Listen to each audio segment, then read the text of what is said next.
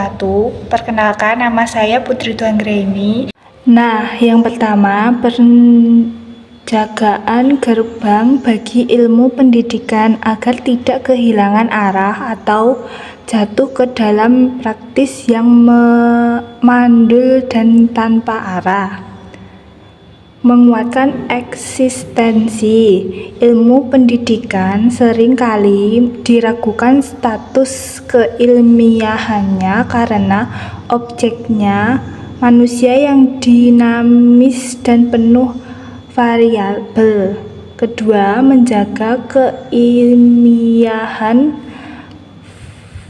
filsafat ilmu, mengawasi metodologi pendidikan agar tidak meluncur arah pseudosains ilmu semu. Ketiga, meneguhkan nilai-nilai aksiologis ilmu pendidikan tidak netral, nilai seperti ilmu fisika atau matematika.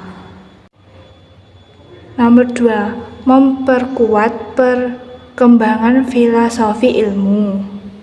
Pertama, menghubungkan ini bersifat resiprokal atau timbal balik. Pendidikan bukan hanya penerimaan pasif, melainkan playground atau medan uji yang memperkaya filsafat ilmu. Kedua, menyediakan problematik nyata atau grounding.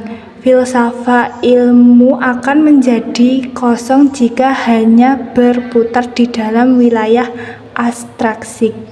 Ketiga, mendorong perluasan epistemologi dalam mendidik. Cara manusia belajar dan mengetahui sangat beragam, tidak hanya empiris rasional tetapi juga eksperiencial, intuitif, dan kolaboratif. Keempat, menjelaskan ulang tujuan ilmu teleologi pendidikan yang menghasilkan lulusan cerdas tapi korep, memaksa filsafat ilmu untuk mereferensi kembali. 3. Perbedaan ontologi, epistemologi, dan arkeologi.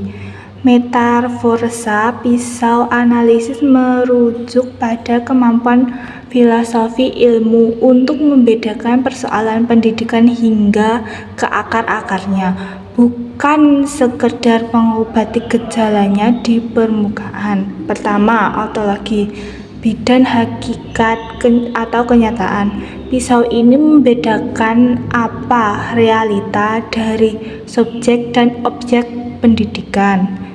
Kedua, epistemologi, bidang metode atau pengetahuan. Pisau ini membedakan bagaimana pengetahuan ditransfer dan dikontribusikan. Epistemologi mempertanyakan. Dan yang terakhir, aksiologi, bidang nilai atau kegunaan. Pisau ini membedakan untuk apa ilmu dan pendidikan itu ada. Aksiologi membedakan kebijakan pendidikan yang sederhana, mengejar ranking pisan atau murni, mengejar keuntungan. Epistemologi, kapitalisme, dan pendidikan. Nah, sekarang analisis ontologi, epistemologi, dan aksiologi. Analisis ontologi, kurikulum lama KTS atau K13 secara otomatis memandang siswa sebagai objek standar yang harus mencapai kompetensi yang sama seperti produk pabrik. Merdeka Belajar mengubah ontologi ini. Kedua, analisis epistemologi. Dalam epistemologi, kurikulum Merdeka mengakui bahwa kebenaran dan pengetahuan tidak hanya bisa diukur oleh ujian tulis standar atau UTS. Yang terakhir, Analisis asiologi. Secara asiologi, kebijakan ini menempatkan nilai kemerdekaan berpikir dan berkarakter di atas nilai kepatuhan bimorakatis. Nah, yang terakhir, kesimpulan yang kita dapat tadi.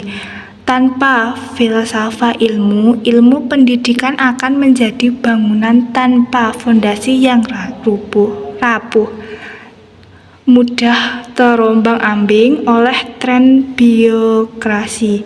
Sebaliknya, tanpa pendidikan, filsafat ilmu akan menjadi menara gading yang kehilangan tanah untuk menguji kebenaran dan kemanfaatan integrasi keduanya melalui pisau analisis, ontologi, epistemologi, dan asiologi, memastikan bahwa pendidikan tidak hanya mencerdaskan secara konkret tetapi juga memanusiakan, menghasilkan ilmiah yang berkarakter dan bermasyarakat dan beradab.